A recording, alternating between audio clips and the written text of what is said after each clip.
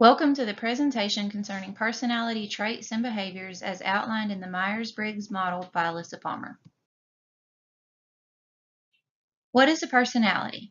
Personality is what makes a person who they are, but is a relatively stable set of psychological and behavioral attributes that distinguish one person from another. Why would knowing someone's personality be important? The better we understand ourselves and other people, the more successful we will be with dealing with people and getting it right. Many contemporary personality psychologists believe that there are 5 basic dimensions of personality, often referred to as the Big 5 personality traits. To easily remember the components, use the acronym OCEAN. As shown in the diagram, you can see the different levels concerning the personalities. For example, where high levels of openness portrays characteristics of being more assertive, lower levels would assume they would be more inclined to follow instead of lead a team or group. Openness. This trait describes your curiosity and affinity for new ideas. Supporting what is expressed on this slide, people are also adventurous, dreamers, and can be seen as unrealistic or unfocused. People with lower levels would be creatures of habit and can be seen as close-minded.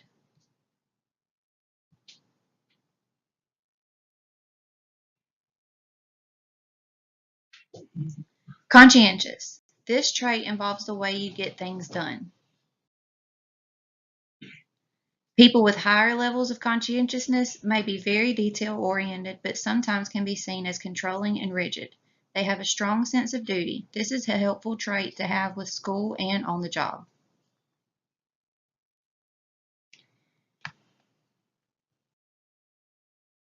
If you are low in conscientiousness, you're very flexible, hate being boxed in with a plan or schedule, and sometimes can be seen as unreliable. Extroversion. This trait is all about how you relate to people. It is also the most recognizable trait of the Big 5. They tend to be more chatty and unpredictable, whereas introverts process social interactions differently. They can be perfectly charming by just enjoying solo or small group activities. Agreeableness. This trait taps into your attitude towards teamwork and decision making. People with high levels tend to get along with others more easily and are more trusting of others, but can also be seen as being a pushover or passive. Lower levels have a harder time working in groups and can be seen as competitive or challenging. Neuroticism.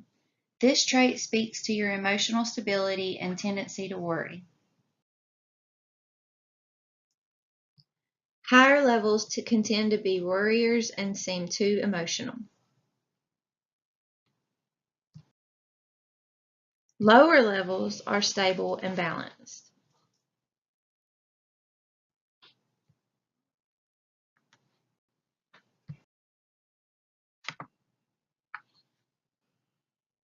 Now we will touch on the Myers-Briggs framework. The Myers-Briggs framework is another approach to understanding personalities in organizations. This framework differentiates people in terms of 4 general dimensions.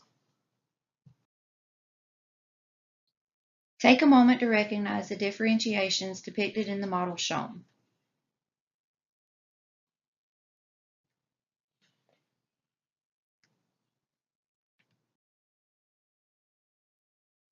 In order to use this framework, people must complete a questionnaire designed to measure their personality on each dimension. Higher or lower scores are used to classify people into one of 6 different categories.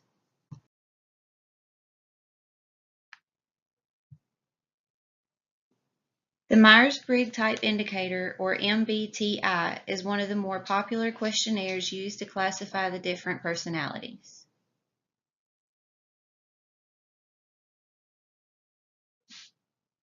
Final thoughts. Whenever an organization attempts to assess or account for individual differences among its employees, it must also be sure to consider the situation in which behavior occurs.